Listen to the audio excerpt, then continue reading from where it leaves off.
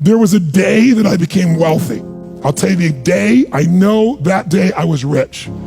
I was broke, I was pissed, I was angry at everybody else but who? Myself. I had a friend that I loaned money to when I had barely enough and I knew he needed it, and I gave him $1,200, and I'm here not able to eat. I'm down to like $25, $26, and I'm saying to him, calling him, and he's not returning my call, and I just need some money, and he's ignoring me. I didn't ignore him then, so I'm pissed, I'm frustrated. In the midst of all this, I'm also pragmatic. I got 25 and change, call it $26.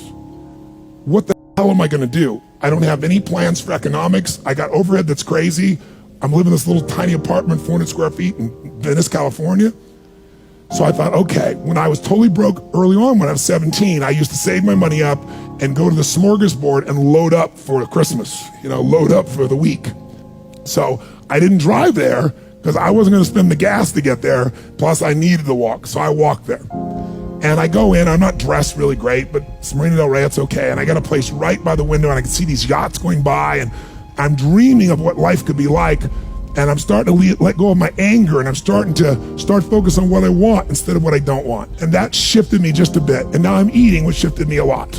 And I got this giant plate stacked up, and I don't know what the amount was. It was like, whatever it was, $6.95, $7.95, right? So I'm gonna do this, I could probably do this 3 or 4 times, right? Somewhere in that range.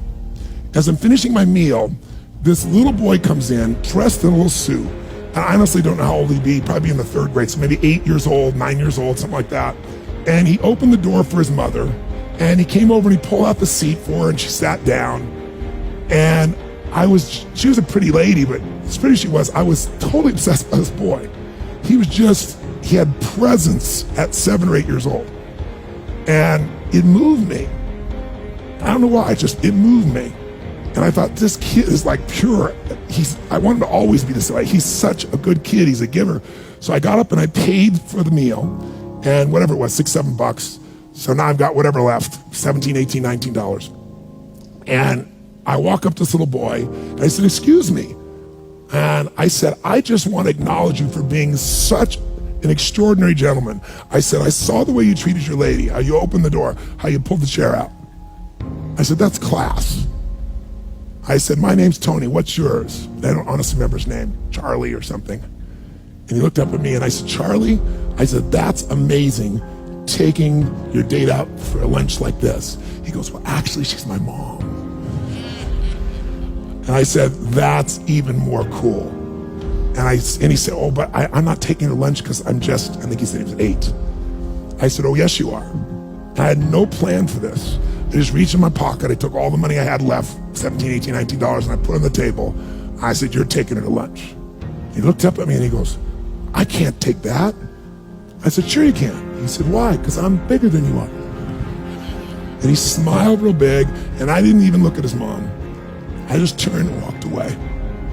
And I didn't walk out of that door. I flew home. I should have been freaking out. How the f am I gonna eat?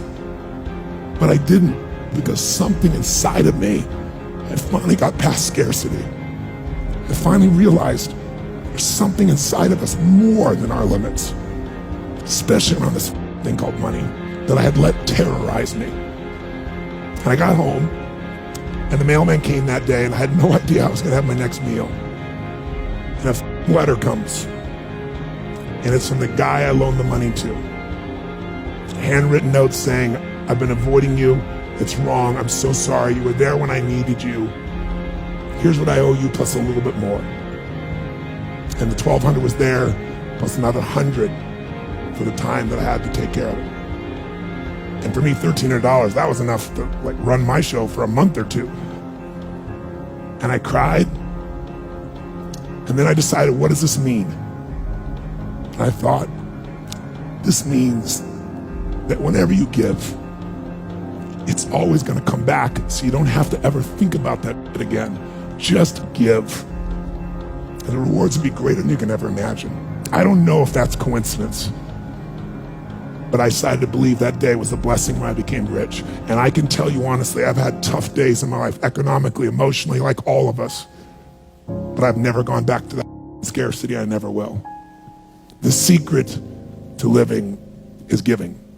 Do it when you don't have it, and I promise you, scarcity will leave your life.